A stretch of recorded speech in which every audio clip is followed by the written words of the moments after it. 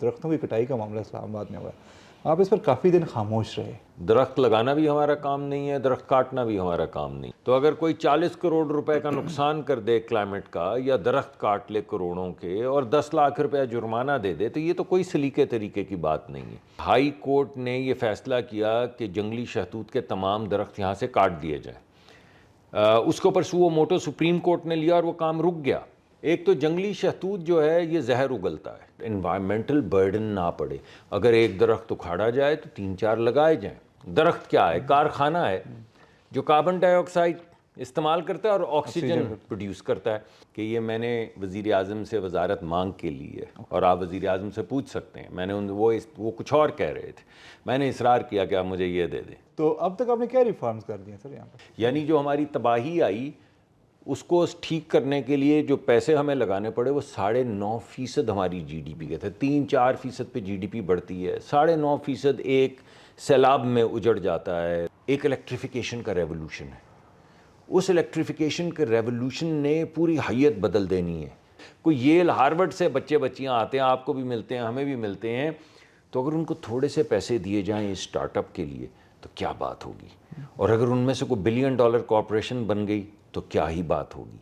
تو ایک طرف گرین یونیورسٹی ہوگی جہاں سے آئیڈیاز آئیں گے، ایک طرف بزنس پلان کے کمپٹیشن ہوں گے ہر 6 مہینے بعد جن میں وہ گریٹ آئیڈیاز آپ کے سامنے آئیں گے، ایک طرف وہ تمام مخیر حضرات اور بین الاقوامی سطح کی کمپنیز جو انویسٹمنٹ کرتی ہیں وہ آئیں گی۔ اس سب کو اکٹھا کریں تو آپ کو ایک ریولوشن نظر آئے گا۔ پاکستان کا معدنیاتی شعبہ ہے جس میں آج کل بڑی بات ہو رہی ہے کہ منرلس ہے اور یہ وہ، تو اس میں کتنا پوٹینشیل ہے؟ بہت پوٹینشیل ہے۔ کتنی مالیت ہے اور اس کے فوائد کب تک ملنا شروع ہوں گے؟ تو علاقہ بھی ترقی کرے گا، مائننگ بھی ہوگی، کاپر ایکسپورٹ بھی ہوگا، انشاءاللہ پاکستان میں ڈاؤن سٹریمنگ بھی ہوگی، ابھی شاید نہ بھی ہو مگر ہوگی ضرور انشاءاللہ، اور ہم ترقی کریں گے۔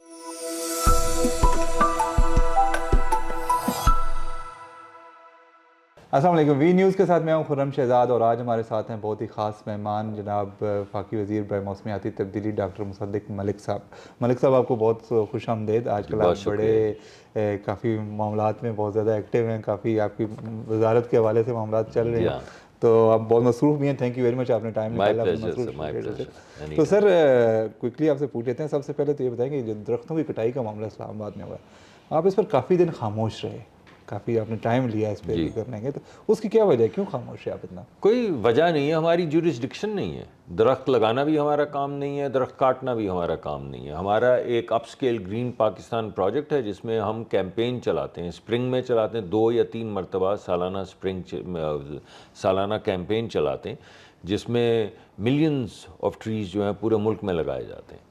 لیکن اسلام آباد کی ٹیریٹری میں، اسلام آباد کی جورسڈکشن میں درخت لگانا اور درخت کاٹنا دونوں سی ڈی اے کا کام ہے، ہمارا کام نہیں ہے۔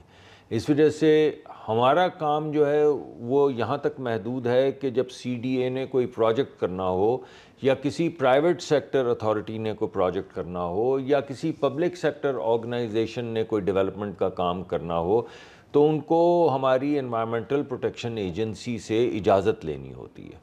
تو ہمارا کام یہاں تک محدود ہے کہ ہم یہ چیک کریں کہ کیا اجازت لی گئی ہے یا نہیں۔ اگر اجازت نہیں لی گئی تو اس کا ایک نوٹس جو ہے اس کا اجرا کیا جاتا ہے، اس کے بعد اس کی ہیئرنگ ہوتی ہے، اور اگر ہم یہ سمجھیں کہ جو وہ کر رہے ہیں وہ غلط ہے اور اس سے انوائرمنٹ کو نقصان پہنچتا ہے، تو پھر ہم ان کو، اور اگر وہ اصلاح نہ کریں تو پھر ہم ان کو ڈیمیجز اپروپریٹ یعنی فائن کر سکتے ہیں۔ بدقسمتی ہے کوئی پرانا قانون ہوگا جس کے تحت فائن بھی جو ہے وہ 1 ملین یعنی 10 لاکھ تک محدود ہے۔ تو اگر کوئی 40 کروڑ روپے کا نقصان کر دے کلائمیٹ کا، یا درخت کاٹ لے کروڑوں کے اور 10 لاکھ روپے جرمانہ دے دے، تو یہ تو کوئی سلیقے طریقے کی بات نہیں ہے۔ اس وجہ سے میں نے درخواست کی ہے اپنی وزارت کو کہ وہ ایک قانون میں امینڈمنٹ موو کر رہے ہیں جس کے تحت جو جرمانہ ہوا کرے گا اس کی اماؤنٹ جتنا نقصان پہنچایا گیا اس کی مطابقت سے جرمانہ کیا جائے گا، اور جتنا نقصان ہے اس سے زیادہ جرمانہ کیا جائے گا، تبھی تو لوگ رکیں گے۔ کم سے کم کتنا جرمانہ ہوگا؟ اور کیا یہ اس کے لیے اسمبلی میں؟ نہیں، ابھی تو قانون تو اسمبلی پاس کر سکتی ہے نا، قانون تو امینڈ اسمبلی کر سکتی ہے۔ اس وجہ سے اس کی امینڈمنٹ کے لیے جو ڈرافٹنگ ہے اس کا پروسیس شروع کروا دیا گیا ہے۔ لیکن میں آپ کو بتا یہ رہا ہوں کہ ہم نے باقاعدہ یہ جو آپ کی کٹائی ہوئی، آپ نے دیکھا کہ میں خود بھی گیا، ہماری ٹیم بھی وہاں پہ گئی، اور ہمیں جو ابھی تک جتنی بھی اطلاع دی گئی ہے CDA کی طرف سے وہ یہ کہا گیا ہے کہ باقاعدہ پبلک ہیئرنگ کے بعد، کیونکہ غالباً آج سے کوئی 2-3 سال پہلے ایک پبلک ہیئرنگ ہوئی تھی F9 پارک میں، اور اس پبلک ہیئرنگ میں یہ تمام ڈسکشن تمام سٹیک ہولڈرز کو بلا کے بتایا گیا تھا کہ ہائی کورٹ کا ایک حکم آیا ہے جس میں یہ کہا گیا ہے کہ جو جنگلی شہتوت جنہیں توت بھی کہا جاتا ہے، ان سے جو پولن اڑتا ہے جس کی وجہ سے لوگوں کو سانس کی تکلیف ہوتی ہے، جو دمے کے مریض ہیں ان کی کافی زیادہ ایگزیسبیٹ ہو جاتی ہے سچویشن، اور جو COPD کے جو مریض ہیں، COPD آپ نے دیکھا ہوگا بزرگ جو ہوتے ہیں بعض دفعہ آکسیجن ماسک اور آکسیجن کی بوتل لے کر چل رہے ہوتے ہیں، انہیں تو یا کمرے میں مقید کر دیا جاتا ہے یا وہ شہر بدر ہو جاتے ہیں 2-3 مہینے کے لیے۔ تو ان تمام چیزوں کو مد نظر رکھتے ہوئے 2022 یا 23 میں غالباً ہائی کورٹ نے یہ فیصلہ کیا کہ جنگلی شہتوت کے تمام درخت یہاں سے کاٹ دیے جائیں۔ اس کو پرسو موٹو سپریم کورٹ نے لیا اور وہ کام رک گیا۔ اس کے بعد سپریم کورٹ میں ہیئرنگ ہوئی، سپریم کورٹ نے ایک پینل آف ایکسپرٹس بٹھایا، پینل آف ایکسپرٹس نے ایڈوائز کیا، سپریم کورٹ کو سپورٹ کیا، اور سپریم کورٹ نے پھر 2025 میں یہ حکم دیا کہ یہ تمام جنگلی شہتوت جو ہیں یہ کاٹ دیے جائیں، اور ایک باقاعدہ طریقہ کار بھی بتایا۔ جب وہ حکم نامہ آیا تو پھر وہ حکم نامہ وزارت صحت کے پاس گیا، اور وزارت صحت نے کنفرم کیا کہ ہاں ہم یہ کنفرم کرتے ہیں کہ یہ جو جنگلی شہتوت ہیں ان کی وجہ سے برڈن آف النس بہت زیادہ ہے۔ اور جب میں وہاں گیا شکر پڑیاں، آپ غالباً موجود نہیں تھے، مگر جب میں شکر پڑیاں گیا تو وہاں پہ انہوں نے یہ کہا کہ ہمارے پاس تحقیق ہے، سائنٹیفک تحقیق ہے جو بتاتی ہے کہ 36 سے 37% اسلام آباد کے لوگ جو ہیں وہ پولن الرجی سے سالانہ متاثر ہوتے ہیں۔ سر وہ ٹھیک ہے، تو ہم نے ان سے رپورٹ مانگی ہے جو وہ جمع کروا رہے ہیں، ہم نے وہ منٹس مانگے ہیں کیونکہ میرے آنے سے پہلے کی وہ ہیئرنگ ہے، تو ہم نے ان سے منٹس مانگے ہیں کہ وہ منٹس جن میں آپ کو اجازت دی گئی ہے F9 پارک میں، آپ وہ منٹس ہمیں دیں، ہمیں دکھائیں کہ وہ اجازت آپ کی F9 پارک تک محدود نہیں تھی، اور ہم نے ان کو نوٹس بھی کر دیا، اور باقی بھی تمام جتنی یہاں پہ ہو رہی ہیں چیزیں ان کے مسلسل نوٹس جا رہے ہیں، اور اگر آپ کہیں گے تو میں آپ کو دکھا دوں گا، ہم نے غالباً یہ نیشنل اسمبلی کے سوالات کے جواب میں جمع بھی کروایا ہے جواب کہ کتنے کروڑ روپے ہم جرمانہ کر چکے ہیں تاریخی طور پہ مختلف اداروں کو، مختلف پرائیویٹ سیکٹر کی آرگنائزیشنز کو جو اجازت لیے بغیر درخت کاٹ۔ یہ بات ٹھیک ہے سر، لیکن اس میں دو چیزیں ہیں، ایک تو یہ کہ جرمانے سے درخت واپس نہیں آتا، آف کورس نہیں آتا، جو نقصان ہوتا ہے وہ ہو جاتا ہے۔ دوسرا یہ کہ اگر پیپر ملبری کے جو درخت وہ کہتے ہیں کاٹنا ضروری ہیں، اگر وہ اتنے ہی ضروری ہیں تو ان کے جو متبادل درخت جو لگا رہے ہیں، جو اب لگا رہے ہیں، وہ پہلے کیوں نہیں لگاتے؟ پہلے بڑے درخت لگائیں، بڑے درخت نہیں پہلے کاٹیں گے تو لگائیں گے نا، ایسے تو نہیں لگا سکتے۔ دیکھیں نا، دو چیزیں ہیں، ایک تو جنگلی شہتوت جو ہے یہ زہر اگلتا ہے، یہ آپ تحقیق بھی کر سکتے ہیں، اس کا ایک خاص نام ہے، سائنٹیفک نام اس سے تو آپ کے سامعین اور ناظرین بور ہو جائیں گے، لیکن جنگلی شہتوت کی خاصیت یہ ہے کہ وہ ایک ایسا زہر اگلتا ہے جس کی وجہ سے اس کے نیچے کوئی اور چیز نہیں اگ سکتی، تو جہاں پہ جنگلی شہتوت لگاؤ، اگر آپ کسی بھی درخت کو لگائیں گے تو مر جائے گا۔ اس وجہ سے جنگلی شہتوت کو لگانے سے پہلے نہ صرف اس کو کاٹنا پڑتا ہے بلکہ اس کو جڑ سے اکھاڑنا پڑتا ہے، اور جب وہ جڑ سے اکھڑ جائے اور وہاں پہ صاف ہو جائے، ورنہ یہ دوبارہ سے اگاتا ہے۔ آپ کو میں ذرا تھوڑی سی تاریخ بور کرتا ہوں آپ کو تھوڑا، کہ یہ جنگلی شہتوت 1960 میں لگائے گئے تھے، جب یہ فیصلہ کیا گیا کہ اسلام آباد کو بنایا جائے شہر کے طور جہازوں پہ، سے بیج پھینکے جی، گئے تو اس وقت یہاں پہ بہت زیادہ گرینری نہیں تھی، تو یہاں پہ پہاڑوں میں گرینری کو جنریٹ کرنے کے لیے پوچھا گیا کہ بھائی وہ کون سا ایسا درخت ہے جو ریپڈلی گرو کرے، اور جب گرو کرے تو یعنی پھیلتا ہی چلا جائے، تو یہ کہا گیا کہ آپ جنگلی شہتوت لگا دیں، تو وہ غالباً چین سے امپورٹ کر کے لگایا گیا۔ اس وقت کسی نے سوچا ہی نہیں، مختلف صدی تھی، شاید انفارمیشن بھی اس طرح نہیں ملتی ہوگی کہ اس کا پولن ہوتا ہے، پولن سے الرجی ہوتی ہے، یہاں پہ لوگ رہیں گے تو وہ ہو سکتا ہے متاثر ہو سکیں، حالانکہ گلوبلی اس کا سائنٹیفک ایویڈنس موجود تھا، مگر اس کی ہم اکثر پرواہ نہیں کرتے، تب بھی نہیں کی گئی، اور یہاں پہ وہ جنگلی شہتوت لگا دیا گیا۔ پھر آپ نے، کیونکہ آپ یہاں پہ رہتے ہیں، آپ سے ملاقات بھی رہتی، تو آپ کو پتہ ہے کہ دمے کی اور یہ پولن الرجیز کی کتنی لوگ شکایات کرتے ہیں، کہ ایپیڈیمک کی شکل یہ فروری آئے گا تو لوگ دیکھیں لوگوں کا حال بہت کیا تقریباً ہر دوسرا تیسرا بندہ ہوتا ہے۔ لیکن اس پہ سر ایک بڑا اعتراض یہ بھی ہو رہا ہے، وہ اس پہ آپ تصدیق کریں گے یا تردید کریں گے، کہ جہاں سے درخت کاٹے گئے ہیں، ایک تو کچھ تعمیرات ہو رہی ہیں، لیکن یہ جو چکرپڑیاں کے ایریا جو کل آپ نے وزٹ بھی کیا ہے یہاں پہ بھی تعمیرات ہونی تھی، لیکن اب چونکہ پبلک آؤٹ کرائی آیا ہے، لوگوں نے شور مچایا تھا، وہ پروگرام ختم کر دیا گیا اور اب نئے سرے سے درخت لگائے جا رہے ہیں. نہیں، اگر کوئی ایسی اسکیم ہے تو مجھے دکھا دیں تاکہ پھر ہم نوٹس لے لیں گے. ہمارے سامنے نہیں آئی ہے، نہ ہمیں کسی نے بتایا ہے، نہ کوئی ایسا کاغذ ہمارے پاس. اس کا مطلب یہ نہیں بھائی کہ کوئی اور نہیں کر رہا، لیکن ہم سے تو اجازت لینی ہے نا. میں نے تو آپ کو پہلے بتایا درخت لگانا بھی ہمارا کام نہیں ہے، درخت کاٹنا بھی ہمارا کام نہیں، ہماری جورسڈکشن نہیں. تو وہ کام جو ہمارے مثلا میں وہ کام تو نہیں کر سکتا جو مثلا پیٹرولیم کا کام ہے، پہلے کر سکتا تھا، اب نہیں کر سکتا. وہ بھی کام نہیں کر سکتا جو بجلی کی وزارت کا کام ہے. اس وجہ سے جس کا کام ہے اسے کرنا ہے، اسی طرح ملک چلتا ہے. تو ایک کام ہے جو سی ڈی اے کو دیا گیا ہے، لیکن ہم سے اجازت لینی. اور یہ جو ہمارا پورا مارگلا کا پارک ہے اس کی بھی کیونکہ ہمارے پاس ہے اس کا بورڈ بھی، تو ان سے بھی اجازت اگر مارگلا کے ایریا میں کچھ کاٹنا ہو تو ان سے اجازت لینی ہوتی ہے. اگر اسلام آباد میں کوئی چیز کاٹنی واٹنی ہو تو ای پی اے سے اجازت، یعنی دونوں سے اجازت لینی ہوتی ہے. تو اگر وہ اجازت لی ہو تو بات ٹھیک ہے، نہ ہو تو پھر ہم پہلے نوٹس کرتے ہیں، پھر ہیئرنگ کرتے ہیں، اور یہ تمام معاملات ہو رہے ہیں. اس کے نتیجے میں بہت سی ایسی جو کنسٹرکشن کی اور چیزیں ہو رہی تھیں انہوں نے آ کے اجازتیں لے لی ہیں، بھاگے چلے آئے ہیں اور انہوں نے اپنی کاغذات جمع کروائے ہیں. اور ہمارا کام فیسیلیٹیشن ہے، لیکن ہم یہ کہتے ہیں کہ اگر آپ یہ ثابت کر دیں کہ انوائرمنٹ پہ اثر نہیں پڑے گا، اگر آپ کے کسی براؤن ایریا کیا ہوتا ہے جہاں پہ ماسٹر پلان میں یا کسی بھی پلان میں یہ لکھا ہو کہ یہاں بھائی کنسٹرکشن ہو سکتی ہے، یہاں نہیں ہو سکتی. مثلا اگر آپ تاریخ میں چلے جائیں تو آپ دیکھیں گے کہ اسلام آباد میں تو 1-2 سیکٹر تھے. E7 تھا، میں تو یہاں نہیں ہوتا تھا، لوگ بتاتے ہیں ایک E7 تھا، غالباً کوئی اور سیکٹر تھا. اب یہ باقی سیکٹر تو بعد میں بنے ہیں نا، اس سے پہلے تو یہ سب جنگل ہی تھا. ابھی وہ کل مجھے یہ کتاب بھی دی، بہت اچھے ایک ملاقات ہوئی حامد میر صاحب کے پروگرام میں، یہ جنگل کہانی آصف محمود صاحب کی کتاب. جی، تو انہوں نے بتایا مجھے کہ پتہ نہیں کون سی مائی کا کیا ہوتا تھا باڑا یہاں پہ جہاں پہ اب پارلیمان ہے، اور کیا کیا بڑی اچھی داستانیں انہوں نے سنائی. اچھا سر، مگر یہ ساری کنسٹرکشن ہوئی کسی اسکیم کے تحت. تو جب کنسٹرکشن ہوتی تو ہمارا کام یہ ہے کہ انوائرمنٹل برڈن نہ پڑے. اگر ایک درخت اکھاڑا جائے تو 3-4 لگائے جائیں، آبویسلی ان کو بڑا ہونے میں وقت لگے گا. لیکن اگر آپ نے شہر کو بھی آباد کرنا ہے اپنے پلان کے مطابق، اور آپ نے انوائرمنٹ کو بھی تباہ نہیں ہونے دینا، اور وہ چیزیں جو مضر صحت ہیں مثلاً جنگلی شہتوت ان کو بھی کاٹنا ہے، تو آپ کو پھر جب آپ کاٹیں تو کاربن کو کنٹرول کرنے کے لیے، بیکاز درخت کیا ہے، کارخانہ ہے جو کاربن ڈائی آکسائڈ استعمال کرتا ہے اور آکسیجن پروڈیوس کرتا ہے. تو وہ کارخانے اگر اور لگتے رہیں اور کاربن ڈائی آکسائڈ کم ہوتی رہے اور آکسیجن بڑھتی رہے اور مضر صحت درخت کٹتے رہیں اور آبادی ایک ریزنیبل طریقے سے، ایستھیٹک طریقے سے، رسپانسبل طریقے سے بڑھتی رہے تو پھر ٹھیک رہے گا. اچھا سر، یہ آپ پہ کچھ لوگ پرسنل تنقید بھی کر رہے ہیں کہ وہ کچھ لوگوں کا کہنا ہے کہ آپ اس معاملے میں آپ نے اس لیے دلچسپی نہیں لی کہ آپ کو موسمیاتی تبدیلی کی جو وزارت ہے اس میں دلچسپی نہیں ہے. کمال ہے یار، میں سارا دن صبح سے آتا ہوں، آپ آ جائیں رات کو. ابھی کیا وقت ہوا ہے؟ ابھی تقریباً 7 بج رہے ہیں. کہاں بیٹھا ہوا ہوں میں؟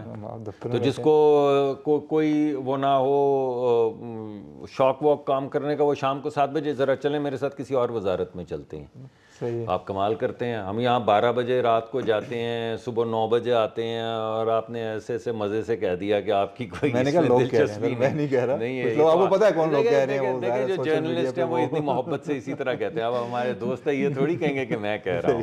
لیکن میں آپ کو بتا رہا ہوں کہ یہ میں نے وزیر اعظم سے وزارت مانگ کے لی ہے، اور آپ وزیر اعظم سے پوچھ سکتے ہیں. میں نے وہ کچھ اور کہہ رہے تھے، میں نے اصرار کیا کہ آپ مجھے یہ دے دیں. وہ کیا کہہ رہے تھے؟ وہ کچھ اور وزارت کسی اور ذرا چاہتے تھے کہ میں تھوڑا سا اکنامک مسائل میں جو معاملات ہیں ان میں زیادہ انوالوڈ رہوں، جو بھی ان کے ذہن میں خاکہ تھا. تو میں نے ان کو درخواست کی کہ اگر آپ مناسب سمجھیں، آبویسلی ان کا فیصلہ ہے اور یہ ان کی محبت ہے، شفقت ہے کہ وہ بات سن لیتے ہیں.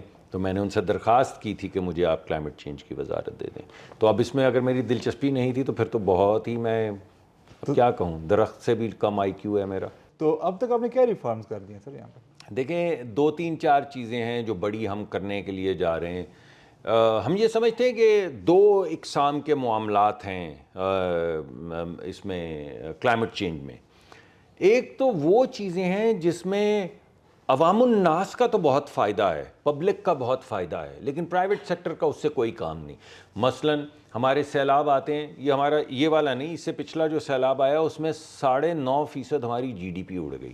یعنی جو ہماری تباہی آئی اس کو ٹھیک کرنے کے لیے جو پیسے ہمیں لگانے پڑے وہ 9.5% ہماری جی ڈی پی کے تھے. 3-4% پہ جی ڈی پی بڑھتی ہے، 9.5% ایک سیلاب میں اجڑ جاتا ہے، تباہ ہو جاتا ہے. تو مگر بند باندھنے سے کسی فرد کا تو فائدہ نہیں ہوتا، یا گیبین والز لگانے سے کو پرائیویٹ سیکٹر کو تو کوئی فائدہ نہیں ہے، یا ٹیرس ماؤنٹنز پہ بنانے سے تاکہ پانی کا بہاؤ ایک شدت سے نہ آئے اور جو فلیش فلڈز آ کے پوری بستیاں اڑا کے لے جاتے، اس سے تو کسی کا کوئی فائدہ نہیں ہے. یا کلاؤڈ برسٹ ہوتا ہے تو ڈرین کو کھولنے سے تو کسی پرائیویٹ سیکٹر کا کوئی فائدہ نہیں ہے. تو یہ وہ کام ہے جس میں ہمیں ایک بہترین اور افضل ترین طریقے سے پاکستان میں بھی اور گلوبلی بھی فنڈ اکٹھے کرنے ہیں. اس کے لیے ہمیں پروپوزلز لکھنے ہیں، اس کے لیے ہمیں آئیڈیاز چاہیے. یہ ایک سیل یہاں پہ بنایا جا رہا ہے جس میں اس وقت ہم انٹرویوز بھی کر رہے ہیں اور ہم ہائر کر رہے ہیں ان لوگوں کو، ان بچیوں کو جو بین الاقوامی سطح پہ بہترین وہ لکھیں گے، پروجیکٹس لکھیں گے، پروپوزلز لکھیں گے. اور جو ہمیں پیسے دیے جاتے ہیں جن کا ذکر کبھی ورلڈ بینک کرتا ہے، کبھی آئی ایم ایف کرتا ہے، ہم ان سے پیسے لے کے اپنے بچوں کی حفاظت کے لیے وہ تمام کام جو ہم نے کرنے ہیں کلائمیٹ کے حوالے سے، سیلاب کے حوالے سے، وہ ہم کریں. یہ تو ایک بات ہو گئی. لیکن بھائی بات یہ ہے کہ دنیا میں ایک بہت بڑا ریولوشن آ رہا ہے. مثلاً ایک الیکٹریفیکیشن کا ریولوشن ہے. اس الیکٹریفیکیشن کے ریولوشن نے پوری حیت بدل دینی ہے. اکانومی کی بھی حیت بدل دینی ہے، ٹرانسپورٹیشن کی بھی حیت بدل دینی ہے، لاجسٹکس کی بھی حیت بدل دینی ہے، بجلی کی فراہمی کی بھی حیت بدل دینی ہے. اس طرح کے بے شمار ریولوشن آ رہے ہیں. اب وہ یہ ایسی چیز ہے کہ اگر کوئی بیٹری سلوشن لاتا ہے، آپ کے گھر پہ سولر لگا ہے؟ جی لگا. ہاں، آپ کے پاس بیٹری ہے اس میں لگی ہوئی؟ جی ٹھیک ہے. کتنے گھنٹے کی ہے؟ وہ مجھے ایگزیکٹلی یاد نہیں، اندازہ لگائیں، 4-5 گھنٹے سے زیادہ تو نہیں ہو سکتی ہے. میرے گھر میں جو ہے وہ 4-5 گھنٹے چلتی ہے. جس دن یہ 14 گھنٹے ہوگی میں گرڈ سے نکل جاؤں گا. تو بیٹری کا ایک ریولوشن آ رہا ہے. اور جس دن لوگوں کے پاس سولر اور اس کے ساتھ 14 گھنٹے کی بیٹری ہوئی، اس دن یہ تاریں، یہ گرڈ سسٹم، یہ بڑی ٹرانسمیشنیں یہ لامانی لغو ہو جائیں گی. ٹھیک ہے. اب اس ریولوشن کے لیے بے شمار بچے ہیں جو اس پہ کام کرنا چاہتے ہیں. دنیا میں سائنس آ رہی ہے، ٹیکنالوجی آ رہی ہے، نئی اقسام کے مٹیریلز آ رہے ہیں، نئی اقسام کی بیٹریز آ رہی ہیں. تو وہ تمام ریولوشن جو گرین ریولوشن ہے، اس کے لیے جو بچے بچیاں جو باہر سے پڑھ کے آ رہے ہیں، پاکستان کی بہترین یونیورسٹی سے پڑھ رہے ہیں، نسٹ سے پڑھ رہے ہیں، لمس سے پڑھ رہے ہیں، کوئی ییل ہارورڈ سے بچے بچیاں آتے ہیں، آپ کو بھی ملتے ہیں، ہمیں بھی ملتے ہیں. تو اگر ان کو تھوڑے سے پیسے دیے جائیں اس اسٹارٹ اپ کے لیے تو کیا بات ہوگی. اور اگر ان میں سے کوئی $1 بلین کارپوریشن بن گئی تو کیا ہی بات ہوگی. اور اگر نہ بھی بنے اور ایسی ہزاروں کمپنیاں بن جائیں جس میں 10-10 15-15 20-20 لوگ ملازم ہوں تو کیا بات ہوگی. تو یہ وہ ایریا ہے، گرین ایریا، جس میں نئے گرین کلسٹرز بننے کی ایک اپرچونٹی موجود ہے. اور اگر ہم ان بچیوں کو اچھے سے جو ٹاپ کے آئیڈیاز ہیں ان کو تھوڑے پیسے دینا شروع کر دیں. ہم کیا دیں گے؟ ہم صرف آپ لوگوں کو یہ جو بڑی بینک ہیں، بڑی کمپنیاں ہیں، بین الاقوامی انویسٹر ہیں، ان کو لا کے صرف بولیں گے یار ان بچوں کی بات سن لو. یہ پریزنٹ کریں گے، ہم پہلے اسکاؤٹ کریں گے، ہم بہترین آئیڈیاز لے کر جائیں گے دنیا کے زبردست. اور ایسی کمپنیوں کو ہم سیویے اسپین لے جا چکے ہیں. اور سننے میں آیا ہے کہ ان میں سے 2 کمپنیوں نے غالباً کیپٹل بھی وہاں پہ کوئی فائنل سٹیجز پہ پہنچ گئے ہیں کیپٹل ریزنگ کی. ہم 5 کمپنیاں لے کے گئے، 2 میں انویسٹرز آ گئے. تو ابھی ہمارے ذہن میں یہ آیا کہ بھائی ایسی اگر ہزاروں کمپنیاں، اگر ہم ہر کوارٹر، ہر 6 مہینے بعد ایک ایسا کمپٹیشن کرتے ہیں اور تمام انویسٹرز کو لوکل اور بین الاقوامی کو بلا لیتے، اور اگر ہر تھوڑی دیر کے بعد نئی کمپنیاں بننی شروع ہو جائیں جن کا تعلق کلائمیٹ سے ہو، جن کا تعلق گرین ریولوشن سے ہو، جو گرین کلسٹرز بنائیں، تو کیا ہی بات ہوگی. تو ایک طرف تو ہم وہ چیزیں جس میں پرائیویٹ سیکٹر کا کوئی انٹرسٹ نہیں، اس میں ہم وہ تدابیر کر رہے ہیں تاکہ ہمارے پاس پروپوزل رائٹنگ کی بہترین طاقت آ جائے، اسکل، کیپیبلٹی، کمپٹنس آ جائے. اور دوسری طرف تمام بین الاقوامی سطح پہ ہم نے یونائٹڈ نیشن سے بھی بات کر لی، ہم نے یہاں پہ کچھ بینکوں سے بھی بات کر لی.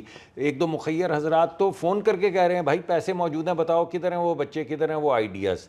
تو انشاءاللہ 6-8 مہینے میں وہ بھی کام شروع ہو جائے گا. اب ان آئیڈیاز کو کرنے کے لیے اگر کوئی جس طرح صحافت کے لیے اگر آپ سڑک پہ نہیں نکلیں تو آپ کیسے صحافی ہیں؟ آپ کو کہاں سے پتہ چلے گا کیا ہو رہا ہے؟ بالکل اسی طرح نئے بزنسز شروع کرنے کے لیے اگر آئیڈیاز کی جنریشن نہ ہو رہی ہو تو کوئی نئی کمپنی نہیں بن سکتی. جو بنے گی وہ بھی بالکل تھرڈ پونچی کمپنی ہوگی کہ وہ کر رہا ہے تو میں بھی کر لیتا ہوں. اس وجہ سے ہم ایک گرین یونیورسٹی بنا رہے ہیں. یہ گرین یونیورسٹی نہیں ہے کہ ہمیں 100 ایکڑ زمین چاہیے اور ہمیں چارٹر چاہیے اور وہ چارٹر کوئی بیچ رہا ہے کوئی خرید رہا ہے. نہیں, کوئی ایسی نانسنس نہیں ہے. جتنے بھی پاکستان کے اندر یونیورسٹیز ہیں جو کلائمیٹ سے ریلیٹڈ, چاہے وہ پانی کے حوالے سے ہو, چاہے وہ ڈی کاربنائزیشن کے حوالے سے ہو, چاہے وہ الیکٹریفیکیشن کے حوالے سے ہو, چاہے وہ زوننگ کے حوالے سے ہو, چاہے وہ نئے تعمیراتی مٹیریلز کے حوالے سے ہو جو ہماری کنسٹرکشن میں استعمال ہو سکتے ہیں, گھروں میں استعمال ہو سکتے ہیں, کمرشل انٹرپرائز میں استعمال ہو سکتے ہیں, وہ تمام چیزوں پہ جو ریسرچ ہو رہی ہے اس کو ہم ورچولی اکٹھا کر دیں گے اور لوگ جوائنٹ ریسرچ پروگرامز کریں گے. اس کے لیے ہم نے پرتگال کی ایک یونیورسٹی سے بھی بات کر لی ہے, ہم نے یورپ کی بھی ایک یونیورسٹی سے بات کی ہے, ہماری اپنی بڑی مایہ ناز یونیورسٹیز ہیں. ہمارا خیال ہے کہ یورپین یونین کو بھی اس میں بہت انٹرسٹ ہوگا, اور جو ہم نے کانٹریکٹ کیا ہے جس کو گرین کمپیکٹ کہتے ہیں ہم نے یونائٹڈ کنگڈم کے ساتھ, اس کا یہ حصہ ہے. تو ایک طرف گرین یونیورسٹی ہوگی جہاں سے آئیڈیاز آئیں گے, ایک طرف بزنس پلان کے کمپٹیشن ہوں گے ہر 6 مہینے بعد جن میں وہ گریٹ آئیڈیاز آپ کے سامنے آئیں گے, ایک طرف وہ تمام مخیر حضرات اور بین الاقوامی سطح کی کمپنیز جو انویسٹمنٹ کرتی ہیں وہ آئیں گی. اس سب کو اکٹھا کریں تو آپ کو ایک ریولوشن نظر آئے گا. یہ میں کوئی نئی بات نہیں کر رہا ہوں. 1980 میں فن لینڈ جو تھا وہ جنگل تھا.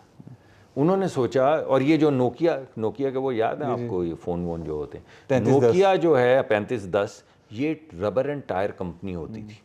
تو انہوں نے جب جنگل کٹنے شروع ہوئے تو انہوں نے فن لینڈ نے فیصلہ کیا کہ کیوں نہ ہم دنیا کے ہائیسٹ سٹینڈرڈز لے آئیں کلائمیٹ اور انوائرمنٹ کے, تاکہ ہمارے جنگل بچ جائیں. جنگل بچانے کے لیے انہوں نے سٹینڈرڈ بنائے. 2004 جب میں نے ان کو اسٹڈی کیا تو پوری دنیا کی 1/3 جو انوائرمنٹل ٹیکنالوجی تھی وہ ایکسپورٹ کر رہے تھے. تو یہ گرین کلسٹر کا آئیڈیا نیا نہیں ہے.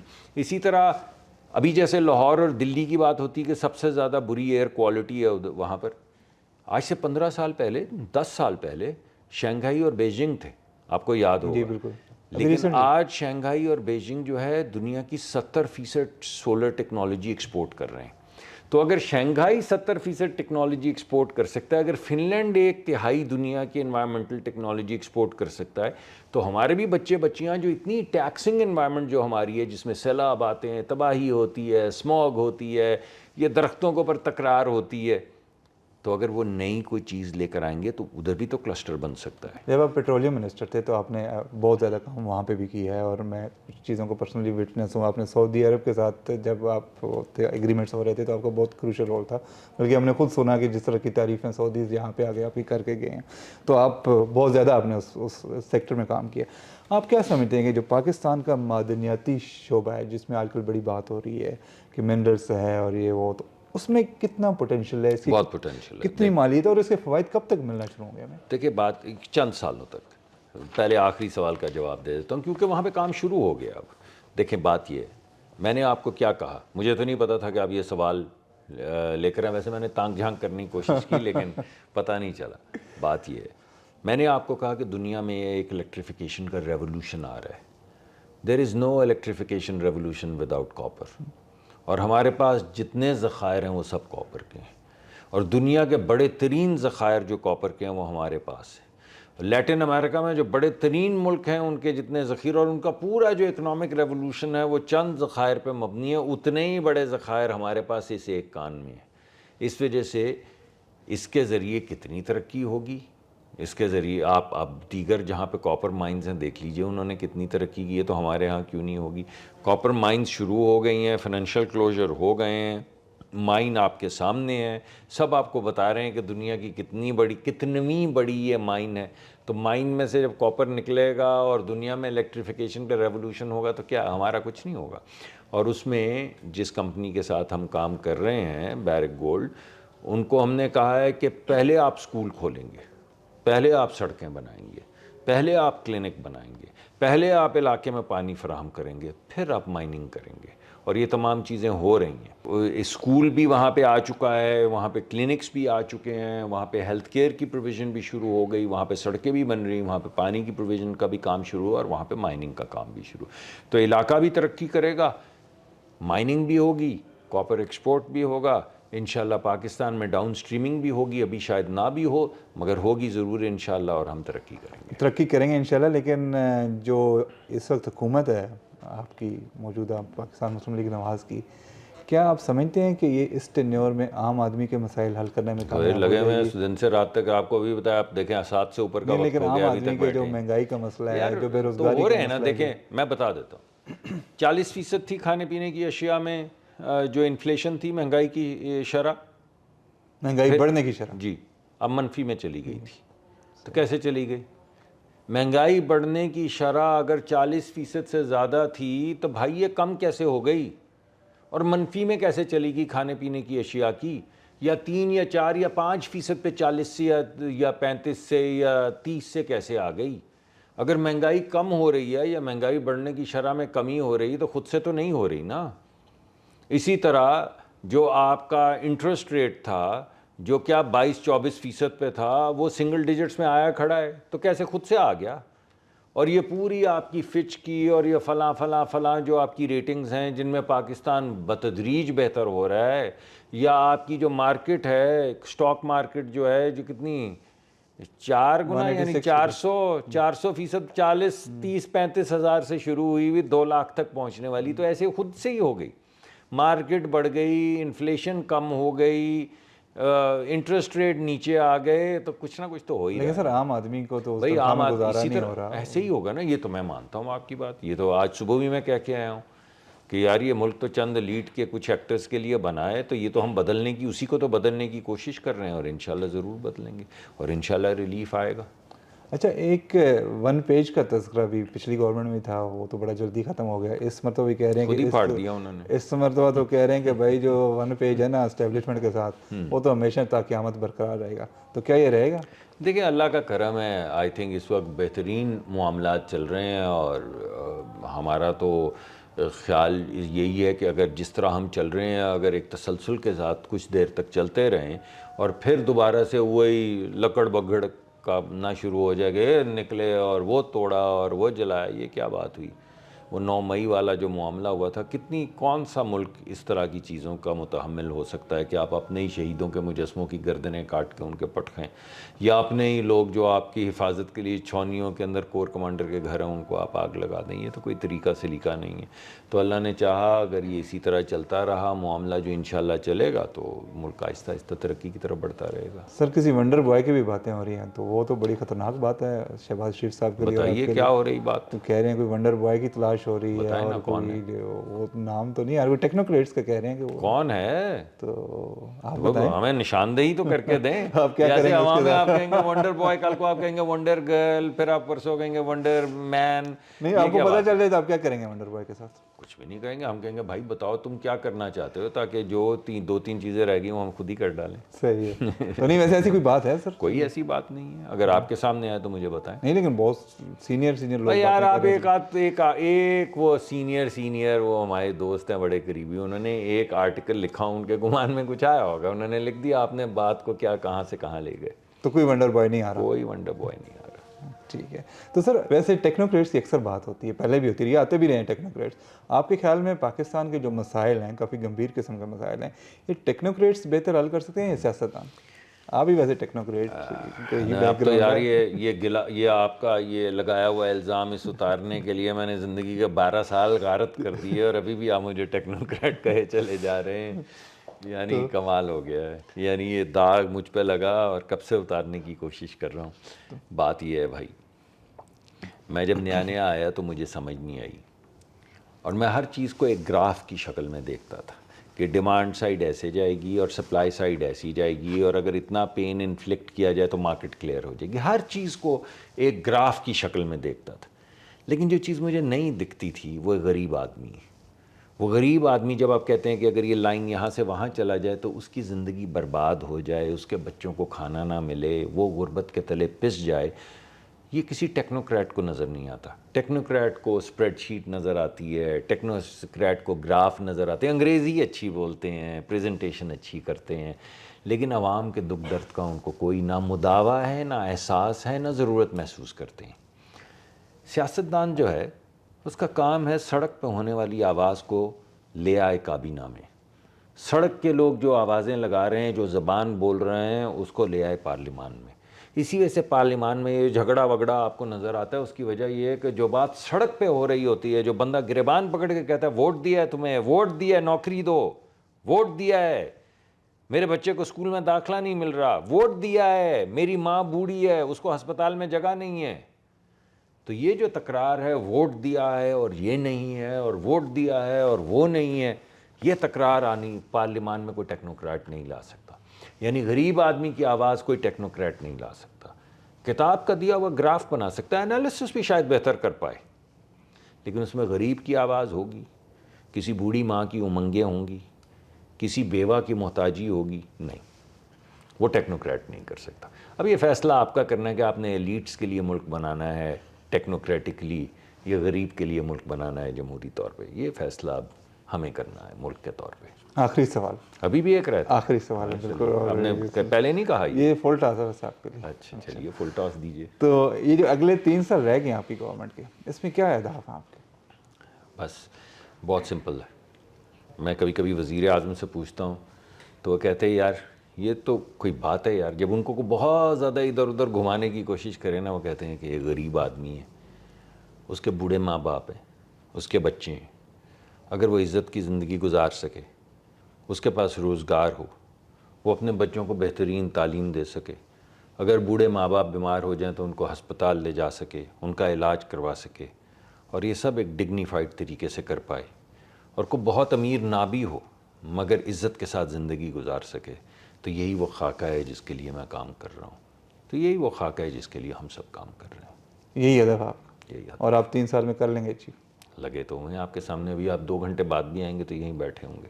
بہت شکریہ sir, thank you very much, so nice of you. My pleasure.